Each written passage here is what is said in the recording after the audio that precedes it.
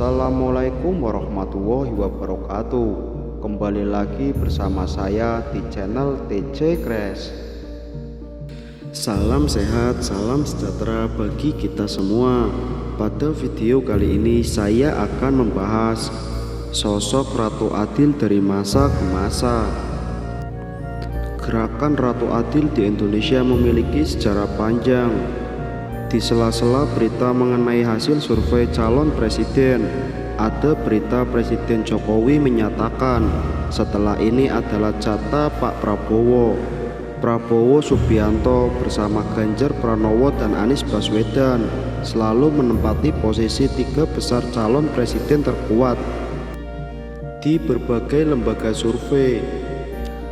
Ketika Jokowi muncul sebagai calon presiden pada tahun 2014 lalu, banyak yang membicarakan Ratu Adil atau Satrio Piningit. Apakah Prabowo, Ganjar Pranowo, dan Anies Baswedan juga akan disebut sebagai sosok Satrio Piningit yang akan menjadi Ratu Adil bagi bangsa Indonesia ini? Gerakan Ratu Adil di Indonesia memiliki sejarah panjang. Diponegoro I juga disebut sebagai Ratu Adil yang muncul pada tahun 1720-an. Sejarah mencatatnya sebagai pemimpin pemberontakan Diponegoro. Lalu pada tahun 1925, Diponegoro II juga disebut sebagai Ratu Adil. Diponegoro II juga melakukan pemberontakan terhadap kolonialisme Belanda. Apakah Prabowo, Ganjar, dan Anies juga akan disebut sebagai sosok Satrio Piningit yang akan menjadi Ratu Adil bagi bangsa Indonesia ini? Menurut Sartono Kartodirjo dan kawan-kawan, dalam buku Sejarah Nasional Indonesia keempat, gerakan Ratu Adil ini muncul sebagai tuntutan untuk menyelamatkan rakyat.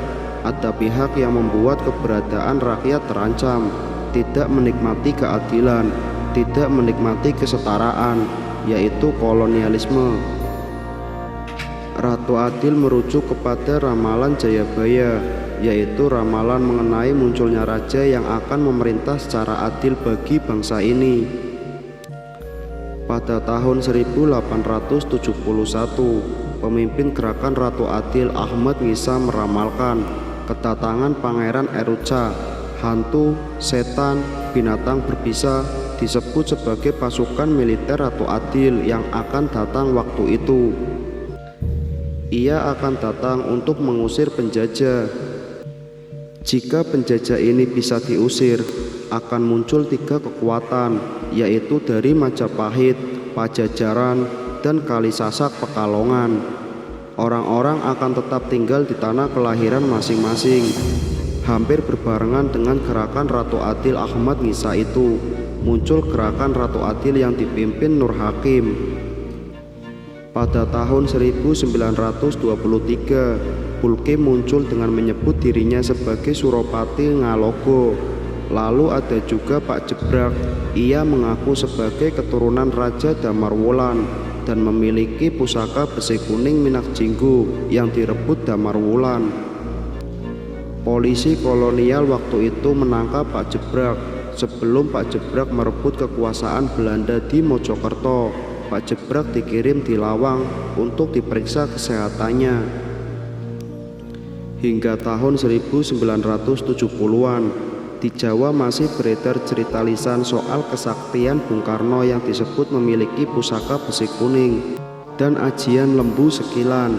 Terkait dengan penangkapan Bung Karno pada tahun 1929, Ronggo Warsito pernah meramalkan akan ada kejadian pada tahun 1930. Lalu pada Januari 1930, koran milik Budi Utomo, Darmo Kondo menurunkan tulisan mengenai ramalan Ronggo Warsito itu.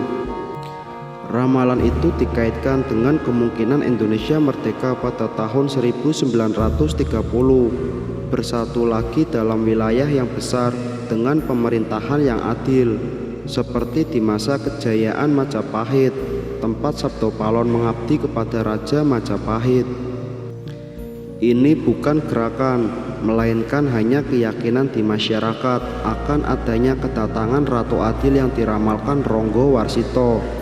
Bung Karno juga tidak menyebut dirinya sebagai Ratu Adil yang ditunggu-tunggu waktu itu, sebagaimana halnya pemimpin-pemimpin gerakan Ratu Adil yang muncul sebelum-sebelumnya.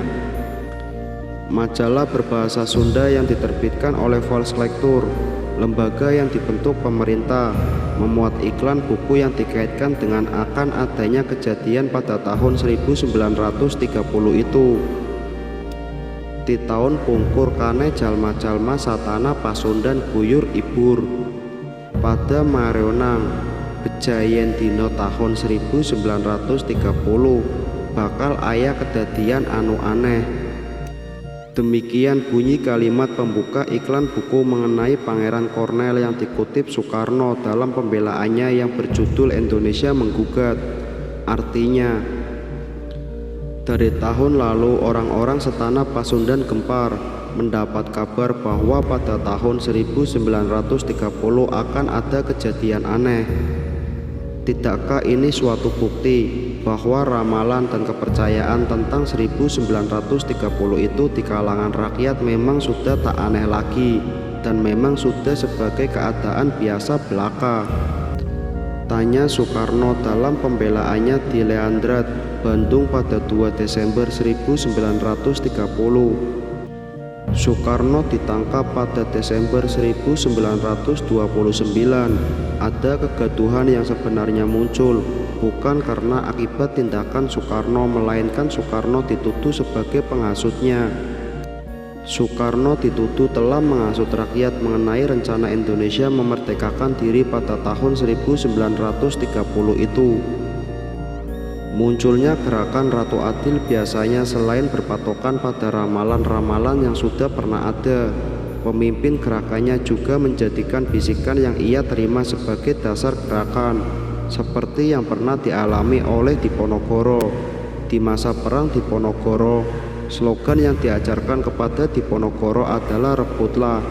Diponegoro mendapatkan bisikan ketika bersemedi bahwa Keraton Jogja akan mendapat masalah 3 tahun kemudian. Benedict Anderson pada tahun 1981 mengutip Harry J. Benda membahas bisikan yang diterima Diponegoro itu. Bisikan itu menyebut ketika Yogyakarta dalam masalah, Diponegoro diperintahkan untuk memimpin segenap pasukan turun ke medan laga guna merebut kembali Yogyakarta dari cengkraman Belanda. Di masa revolusi kemerdekaan, slogan rebut dipakai dalam lagu Halo Halo Bandung sebagai pengobar semangat untuk merebut kembali Bandung dari tangan Belanda. Dalam Kamus Besar Bahasa Indonesia (KBBI), rebut diberi makna ambil dengan paksa. Menurut Anderson, ketika Diponegoro mendapat perintah rebutlah, bukan bebaskanlah, Diponegoro ditempatkan pada posisi berada di luar sistem kekuasaan Belanda di Yogyakarta karena dia memang berada di luar keraton.